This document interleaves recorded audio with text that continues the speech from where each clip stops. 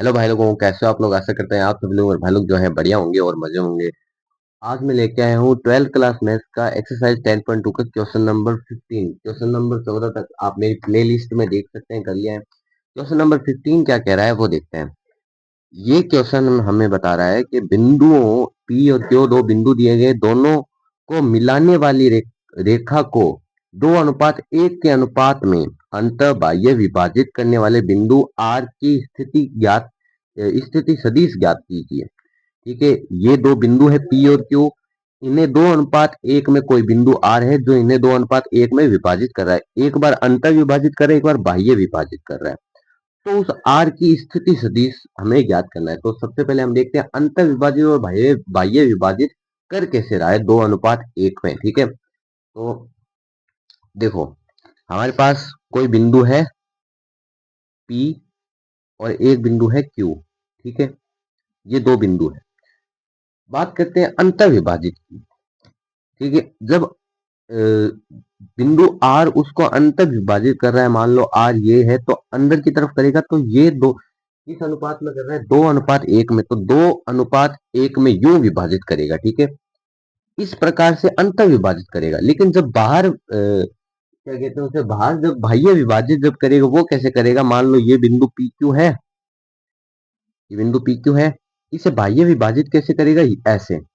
ये बिंदु आर है, इसे 2:1 में विभाजित, ऐसे बाह्य विभाजित करेगा। ठीक है, तो इन दोनों कंडीशन में उसकी स्थिति सदिश हमें ज्ञात करनी है। ठीक है, तो हम इन रेशियो को m रेशियो n मान लें, m रेशियो n मान लें। ठीक है, तो इनके फॉर्मूले होते हैं। सबसे पहले हम बात करते हैं अंतर विभाजन की। ठीक है, इसकी बात करते हैं अंतर विभाजन, अंतर विभाजित, अंतर विभाजन,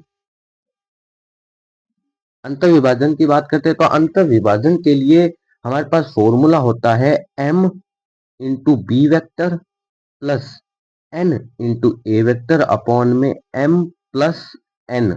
ये होता है हमारे पास r वेक्टर निकालने का फॉर्मूला। r वेक्टर यानी इस r का स्थिति सदिश। ठीक है, ये हमारे पास फॉर्मूला होता है। ठीक है, अब यहाँ पे m और n आप समझ गए, ये दो रेशियो एक है। m हमारे पास क्या हो जाएगा? m बराबर हो जाएगा हमारे पास 2 और n बराबर हो जाएगा 1। ये हमें यहाँ से पता चलता है। ठीक है, यहाँ पे b वेक्टर और a वेक्टर क्या है? b वेक्टर और a वेक्टर आप देखेंगे तो अपन को क्वेश्चन में दिए गए हैं। क्वेश्चन में दिए हैं, ये देखो p, ये रहा a वेक्टर, q ये रहा b वेक्टर। ठीक है, तो ये वेक्टर हमें क्वेश्चन में दिए थे। क्या क्या दिए गए? a वेक्टर हमारे क्या है?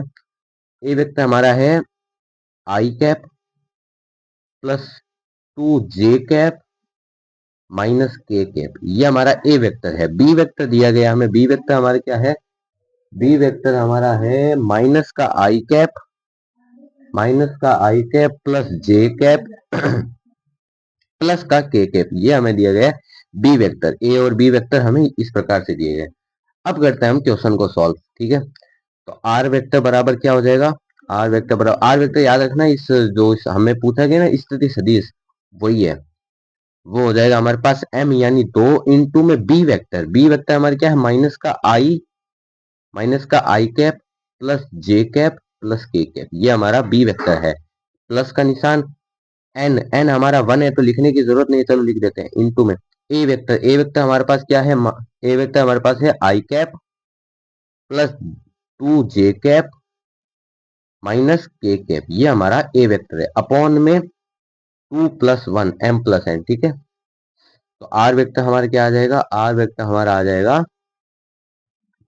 माइनस का 2i कैप प्लस का जे, प्लस का 2j कैप। ठीक है ना, माइनस का 2i कैप प्लस का 2j कैप प्लस का 2k कैप और plus I cap plus 2j cap minus K cap, 1 से मल्टीप्लाई कर दिया और अपॉन में आ जाएगा 3। ठीक है, तो आर वेक्टर हमारे क्या आ जाएगा यहाँ से इजीली? देखो, माइनस का 2i है प्लस का i है, तो यहाँ पे हो जाएगा माइनस का i। ठीक है, माइनस प्लस एक हट जाएगा, बचेगा माइनस का i। 2j है प्लस 2j है, तो क्या हो जाएगा? प्लस का 4j कैप हो जाएगा।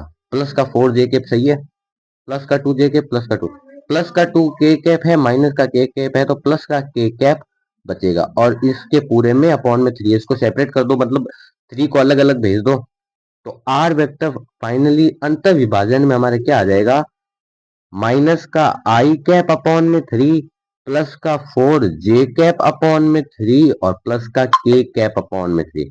ये हमारा आ जाएगा स्थिति सदिश बिंदु आर का अंत विभाजन में। ठीक है, किस विभाजन में, अंत विभाजन में। अब बात करते हैं बाह्य विभाजन में। ठीक है, 2 बार पूछे ना, 2 क्वेश्चन है। तो बाह्य विभाजन में, बाह्य विभाजन में विभाजन बाह्य विभाजन में स्थिति सदिश, ठीक है, जो कि हमारा फॉर्मूला में थोड़ा चेंज आ जाएगा, बस प्लस की जगह माइनस ले लीजिएगा। आर वेक्टर हमारे पास क्या आ जाएगा, M B vector minus N A vector upon में एम माइनस 1 ये हमारे पास आ जाएगा। तो इस हिसाब से 2 आ जाएगा। बी वेक्टर हमारा क्या है, बी वेक्टर है हमारा, चलो यहाँ पे नहीं, मैं देखो m इंटू बी वेक्टर हमारे पास क्या है, m इंटू बी वेक्टर हमारे पास ये आया, और n इंटू ए वेक्टर हमारे पास ये आया, तो ये लिख लेता हूं मैं। तो माइनस का क्या हो जाएगा, माइनस का 2 आई कैप प्लस 2 जे कैप प्लस 2 के कैप।